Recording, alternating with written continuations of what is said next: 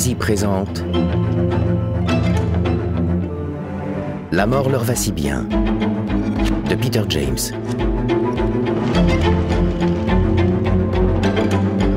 Lu par Arnaud Romain.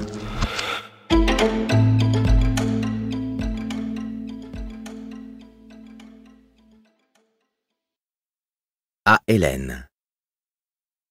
Chapitre 1.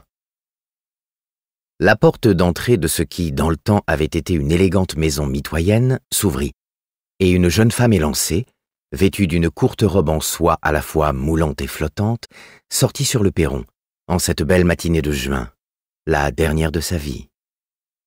Au XIXe siècle, ces grandes villas blanches, sises à Brighton, à 2 pas du bord de mer, étaient les résidences secondaires de londoniens aisés. Aujourd'hui, ces maisons aux façades sales, rongées par le sel, avaient été découpées en chambres et appartements bon marché. Les heurtoirs de porte en cuivre avaient depuis longtemps été remplacés par des interphones et les sacs poubelles débordaient sur le trottoir, sous une forêt de panneaux alloués aux couleurs criardes. Parmi les voitures garées au chausse-pied, nombreuses étaient celles rouillées et cabossées. Elles étaient sans exception tapissées de merdes de pigeons et de fientes de mouettes. Par opposition, tout chez la jeune femme respirait la classe. Son geste désinvolte quand elle passa la main dans ses longs cheveux blonds, ses lunettes de soleil qu'elle venait de réajuster, son bracelet Cartier clinquant, son sac Anya Inmarch porté à l'épaule, sa silhouette tonique, son hâle méditerranéen. Même son sillage acidulé signé Issey Miyake agrémentait les relents de monoxyde de carbone d'une pointe de sexualité. Elle aurait été parfaitement à sa place dans les rayons d'un grand magasin de luxe, au bar d'un palace ou à l'arrière d'un yacht dernier cri à Saint-Tropez. Pas mal pour une étudiante en droit, obligée de composer avec une petite bourse.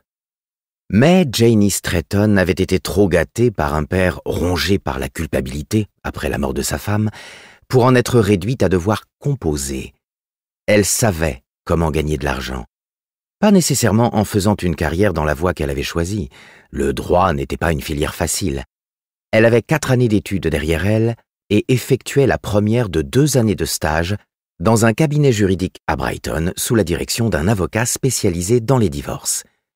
Elle aimait ça, bien que certains dossiers soient bizarres, même pour elle. Comme celui d'hier, Bernie Milsin, ce gentil petit bonhomme de 70 ans, avec son costume gris impeccable et sa cravate soigneusement nouée. Janie s'était discrètement assise dans un coin tandis que son tuteur, Martin Broom, 35 ans, prenait des notes. Monsieur Milsin reprochait à Madame Milsin, de 3 ans son aînée, de refuser de le nourrir tant qu'il ne l'avait pas honoré d'un cunilingus. 3 fois par jour, avait-il dit à Martin Broom.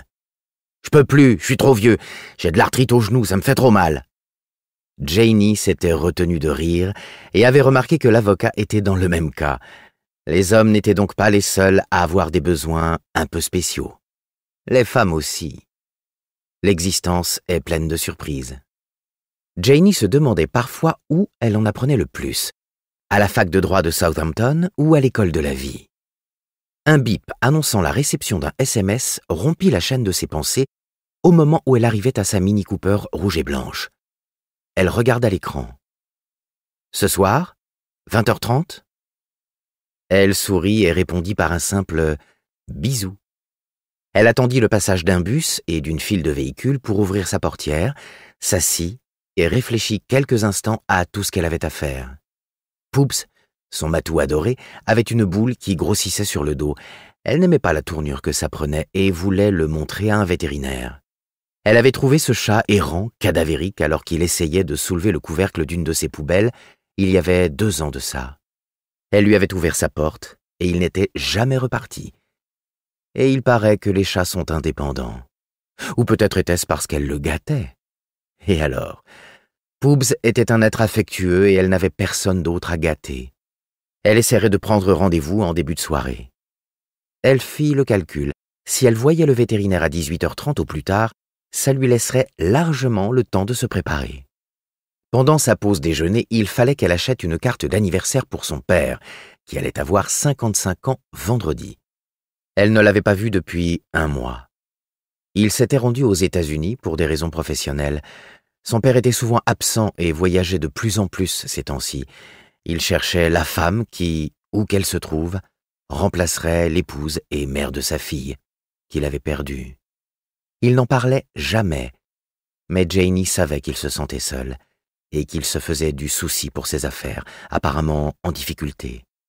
Vivre à 90 km l'un de l'autre n'arrangeait pas les choses. Nous espérons que vous avez apprécié cet aperçu. Pour continuer à écouter ce livre audio sur Google Play Livres, utilisez le lien dans la description de la vidéo.